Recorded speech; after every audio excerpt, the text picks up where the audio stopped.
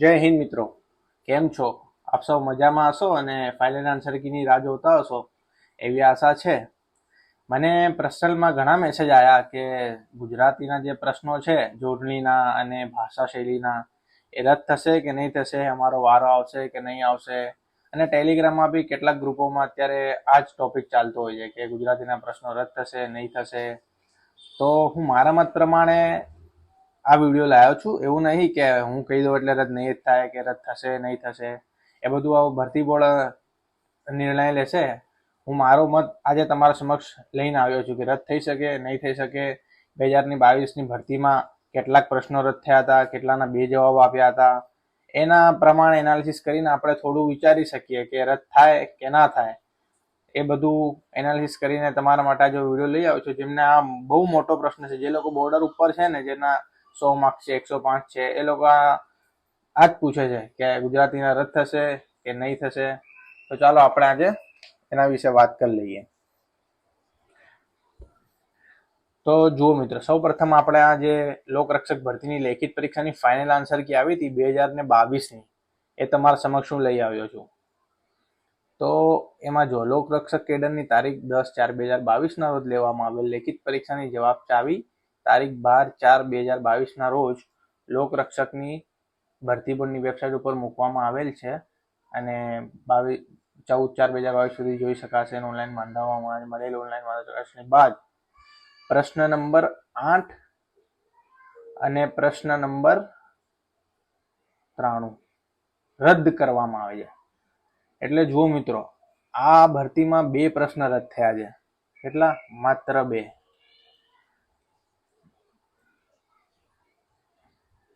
કેટલા? માત્ર 2.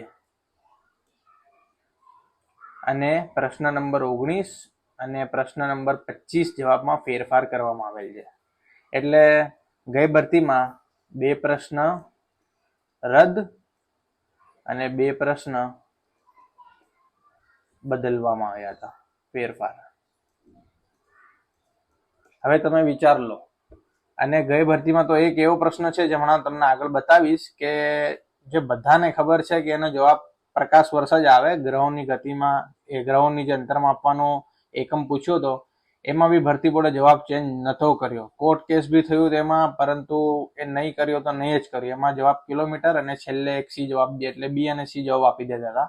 એ બી આપણે આગળ ચેક કરી લઈશું. હું તમારી સમક્ષ રજૂ કરીશ, લઈને આવ્યો છું. એટલે જો કુલ 100 પ્રશ્નો પૈકી પ્રશ્ન નંબર 8 અને 93 રદ કરવામાં આવેલ હોવાથી હવે કુલ 98 પ્રશ્ન આપેલ જવાબો ધ્યાને લેવામાં આવશે.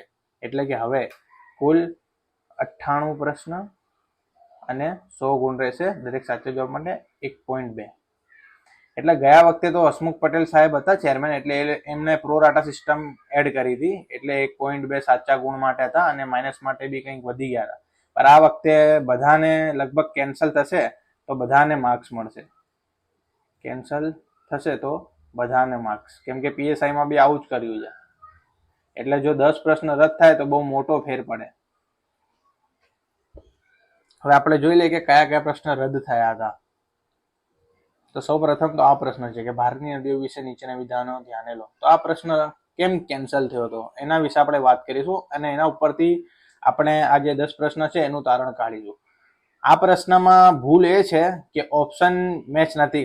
ઓપ્શન તો ચલો મેચ ખાય છે, પણ જે પૂછવામાં ભૂલ થઈ ગઈ છે એવું લાગે છે. કેમ કે આમાં ગંગા નદી હિન્દ મહાસાગરને મળે છે એવું પૂછ્યું છે ને, તો લોકોએ એવી રજૂઆત કરી હતી કે આ હિન્દ મહાસાગર તો છે, પણ આ જે નીચે લખ્યું છે કે નર્મદા નદી અરબી સમુદ્રમાં મળે છે, બરાબર. તો હવે જે ઉપર અરબ સાગર છે એનું પાણી તો છેલ્લે હિન્દ મહાસાગરમાં જ જાય છે અને બધું બંને જોડે છે, એવી બધી રજૂઆત કરી હતી. જેના કારણે આનું યોગ્ય નિરાકરણ ના હોતા ફાઇનલ આન્સર કીમાં આ ક્વેશ્ચનને રદ કરી દીધો હતો. અને બીજો એક આ ક્વેશ્ચન છે આ વાળો, આ ક્વેશ્ચન કેન્સલ થયો હતો. જૈન ધર્મ વિશે નીચેના વિધાનો ધ્યાને લો. આમાં બી બધા તીર્થંકર વિશે પૂછ્યું હતું અને આ હું તમારા સમક્ષ ઓફિશિયલ પ્રૂફ બી લઈને આવ્યો છું. આ ધોરણ 11ની જીસીઆરટી છે, ધોરણ 11માં આપેલું છે. આમાં જે આ 3 નંબરનું સ્ટેટમેન્ટ છે ને, જૈન ધર્મના 21માં તીર્થંકર નેમિના થતા, તો લોકોએ આમાં વાંધો કર્યો હતો કે અહીંયા તો જુઓ 21 અને 22 બંનેમાં 21માં તો બી નેમિનાથ છે, પણ 22માં અરિષ્ટ નેમિ અને આ કાઉન્સમાં નેમિનાથ લખ્યું છે. એટલે એ લોકોએ એ વાંધો કર્યો હતો, જેના કારણે આમાં બી પછી 1, 2 અને 4 જવાબ બને તો એમાં બી કોઈ ઓપ્શન સેટ નતા થતા, એટલે આ ક્વેશ્ચન રદ કર્યો હતો. આ બે જ ક્વેશ્ચન છે જે રદ થયા હતા, અને બીજા જે 2 છે એમાં જવાબ ચેન્જ કરવામાં આવ્યા હતા, એ બી આપણે જોઈ લઈએ. તો જો આ 2 છે એના જવાબ 2 જવાબ આપ્યા છે બંનેના. 19માં બી ઓર સી અને 25માં બી જો બી ઓર સી. હવે આ તો જો ગ્રહો વચ્ચેનું અંતર માપવા કયા એકમનો ઉપયોગ થાય છે. આમાં આન્સર આપ્યું છે બી ઓર સી. મિત્રો આ ક્વેશ્ચન રદ નતો કર્યો. જો 2 જવાબ આપી દીધા પણ ક્વેશ્ચન તો રદ કરવાની વાત જ નથી. આમાં તો સાચો જવાબ લોકોએ પ્રકાશ વર્ષ આપ્યો હતો. બહુ બધા જીસીઆરટી ને બી ઓથેન્ટિક પુરાવા આપ્યા હતા, છતાં આ જવાબ ચેન્જ ના કર્યો. અને પછી કોર્ટ કેસ થયો. કોર્ટ કેસ પછી બી ક્વેશ્ચન તો કે આ વાળું પ્રકાશ વર્ષ વાળું જવાબ આપ્યું જ નહીં. છેલ્લે બી અને સી આ જ માન્ય રાખ્યા.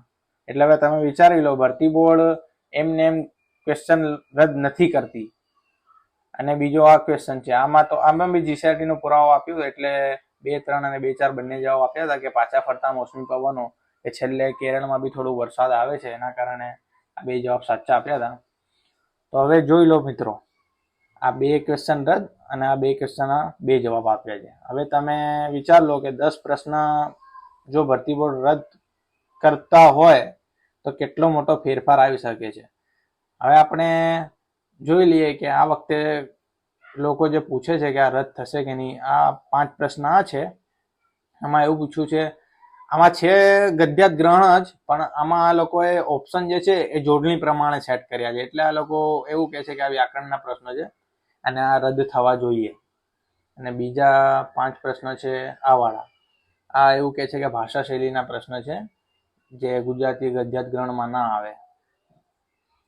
તો હવે આપણે આ બધું જોઈને મારા મત પ્રમાણે આપણે તારણ કાઢીએ કે જો રદ થઈ શકે કે ના થઈ શકે. બધાના આમાં મત અલગ અલગ હોય, બધાના પોતપોતાના મત હોય. હું મારું મત આપું છું આમાં. જો મારા મત પ્રમાણે તો મિત્રો પ્રશ્ન કેન્સલ નહીં થાય, કેમ કે 10 પ્રશ્ન કોઈ બી ભરતી બોર્ડ કેન્સલ ના કરે. જો એ કેન્સલ કરે તો ભરતી પર એના મેરિટ ઉપર બહુ મોટી ઇફેક્ટ પડે, અને કોઈ એટલા વહેલા કોઈ કેન્સલ કરે બી ના. 10 પ્રશ્ન એટલે બહુ કહેવાય. હવે લોકો એવું પ્રૂફ આપે છે કે જ્યારે હસમુખ પટેલ સાહેબ ચેરમેન હતા ત્યારે એમણે એવું કહ્યું હતું કે ગુજરાતી વ્યાકરણના પ્રશ્નો નહીં પૂછાય, ખાલી ગદ્યાત ગ્રહણ ના પૂછાશે, બરાબર. પણ હવે એ ચેરમેન નથી. જ્યારે એક્ઝામ લેવામાં આવે છે ત્યારે ચેરમેન નિર્જા ગોટરુ મેમ છે, બરાબર. તો એવી રીતે તો જીપીએસસીના ચેરમેન જ્યારે નરેન ઉપાધ્યાય સાહેબ હતા ત્યારે બધા 1 લાઇનર જ ક્વેશ્ચન આવતા હતા, અને મોસ્ટ ઓફ મેરિટ બી 170, 180 ને એવું જતું હતું. અને હવે જીપીએસસીના ચેરમેન હસમુખ પટેલ સાહેબ છે, અને એ થોડા એનાલિટિકલ ક્વેશ્ચન પૂછે છે અને થોડાક સારા યુપીએસસી લેવલના ક્વેશ્ચન પૂછે છે. તો હવે તમે એમ ના કહી શકો કે પહેલાના અધ્યક્ષ તો એવા ક્વેશ્ચન પૂછતા હતા, તમે કેમ એવા ક્વેશ્ચન પૂછ્યા. એ મિત્રો અધ્યક્ષ ઉપર હોય છે, એટલે આપણે એમાં કંઈ કરી ના શકીએ. એમણે જે પેપર કાઢ્યું એ આપણે એક્સેપ્ટ કરવું પડે. જે બી છે, જે લોકો એમાં સમય આપ્યો અને જવાબ ખોટા પડ્યા એવા લોકો બી છે, અને જેમણે એ લોકોએ કરી દીધું અને ચૂપચાપ આગળ વધી ગયા એવા લોકો બી છે. એટલે ટેલિગ્રામમાં મેં શું અત્યારે 2 ગ્રુપો બની ગયા છે. એક તો પ્રશ્ન કેન્સલ કરાવવા વાળા છે બધા, અને બીજા છે કે પ્રશ્ન કેન્સલ ના થાય.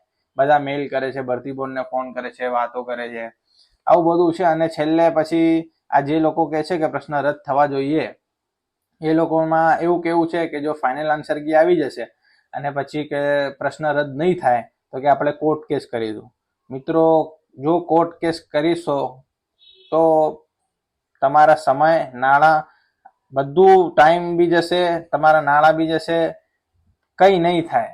કેમ કે એનું સૌથી મોટું ઉદાહરણ છે ફોરેસ્ટ અને સીસી. ફોરેસ્ટમાં બી ઘણા લોકોએ કેસ કર્યા, બધું કર્યું, આમ તેમ, કઈ ચેન્જ ના થયું. અને સીસી તો એનું સૌથી મોટું ઉદાહરણ છે. સીસીમાં બી કેટલા કેસ થયા, હજી બી એની તો તારીખો પડે છે. અને એનું તો અત્યારે ગ્રુપ બી ની ફાઇનલ આન્સર કી બી આવી ગઈ છે. ગ્રુપ એના તો નિમણૂક પત્ર નહીં, ત્યાં બોલાવીને બધાને ઓફલાઈન ચોઇસ ફિલિંગ બધી પોસ્ટ બી મળી ગઈ છે. અને સીસી ગ્રુપ બી ની બી હવે ફાઇનલ આન્સર કી આવી ગઈ છે, એટલે એનું બી ડીવી કાર્યક્રમ ચાલુ થઈ જશે. એટલે કોર્ટ કેસથી બી કંઈ એટલે ફરક નહીં પડવાનો, ઉલટી ભરતી લંબાઈ જશે. અને બીજી જે ભરતી આવવાની છે 2026-27માં, એ બી તમારા પછી લંબાઈ જશે. એટલે જે લોકોના માર્ક્સ નહીં થતા એ લોકોએ નવી ભરતીની તૈયારી ચાલુ કરી દેવી જોઈએ મારા મત પ્રમાણે. નવી ભરતી બી આ નહીં તો આવતા વર્ષે તો આવશે જ. એના જો અત્યારે તમે એની તૈયારી કરશો તો તમને જ ફાયદો થશે. પણ આમાં જો તમે કોર્ટ કેસમાં ને બધામાં પડશો કે ક્વેશ્ચન કેન્સલ કરો ને રદ કરો, તો મિત્રો જે નવી ભરતી આવવાની છે એ જ લેટ થશે. જેમ કે અત્યારે સીસીનું છે, સીસીનું કોર્ટ કેસ થયું ને એટલે જ અત્યારે જે નવી ભરતી આવવાની છે ને 5000 પ્લસ એ હજી સુધી નથી આવી. એવામાં કોર્ટ કેસ ના થયો હોત ને બધું પતી ગયું હોત ને તો આની બી નવી ભરતી હજી સુધી આવી ગઈ હોત. પણ અત્યારે આની બી નવી ભરતી નહીં આવે એનું કારણ એ જ છે કે કોર્ટ કેસ થયું છે. એટલે કોર્ટ કેસ કરવાથી માત્ર ને માત્ર સમયનો જ બગાડ થશે. તો આ બધું મારા મત પ્રમાણે મેં કીધું. મને તો એવું જ લાગે છે કે આટલા બધા કેન્સલ નહીં થાય. જો કેન્સલ થશે બી તો અમુક જે પ્રિન્ટિંગ મિસ્ટેક છે, જેમ કે પેલું દ્રાવણ વાળું છે, પછી અમુક પેલી નર્મદા કેનાલની મુખ્ય નહેર પૂછી છે પણ એમાં કઈ ગુજરાત કે ભારત એવું કઈ મેન્શન નથી કરેલું, એટલું એવા બધા કોઈ રદ થઈ શકે. 2 કે 3 પ્રશ્નો, વધારે નહીં થાય. 2 કે 3 પ્રશ્નો થઈ શકે રદ. અને રીઝનિંગમાં બી પેલું એક ક ખ ગમાં જુદો પડતો શોધો એવું કંઈક, કેમ કે એમાં બહુ બધા લોજિક છે. એવા ક્વેશ્ચન રદ થઈ શકે. પણ આ એવી રીતે કહો છો કે સિલેબસ બહારના પ્રશ્નો છે તો મારા મત પ્રમાણે કેન્સલ નહીં થઈ શકે. પછી આ મારો મત છે, બાકી છેલ્લે તો ભરતી બોર્ડના અધ્યક્ષ જ નિર્ણય લેશે કે શું કરવું અને શું ના કરવું. અને ફાઇનલ આન્સર કે પછી આપણે સ્વીકારવું જ પડશે, બીજો કોઈ રસ્તો છે નહીં. અને તમે બધા પોતાના માર્ક્સ સ્વીકારી લો, પોતાની મહેનત ક્યાં ઓછી પડી એ બધું સ્વીકારી લો અને નવી ભરતીની તૈયારી ચાલુ કરી દો, એવી મારી સલાહ છે. બાકી ભરતી બોર્ડના અધ્યક્ષ છેલ્લે જે કહેશે એ નિર્ણય આપણે પણ એક્સેપ્ટ કરી લેશું. જો તો અહીંયા સુધી રાખીએ આપણે. મિત્રો, આ વિડીયો બનાવવામાં બહુ મહેનત થાય છે. આ પીપીટી બધી તૈયાર હું જ કરું છું, હું જ બનાવું છું. તો જેના કારણે તમે સબસ્ક્રાઈબ કરો, લાઈક કરો અને ચેનલને આગળ વધારવામાં મદદ કરો. અને આવી રીતે જ તમારા માટે જે બી પોલીસ ભરતીનો અપડેટ હશે એ લાવતો રહીશ. ત્યાં સુધી જય હિન્દ, જય ભારત.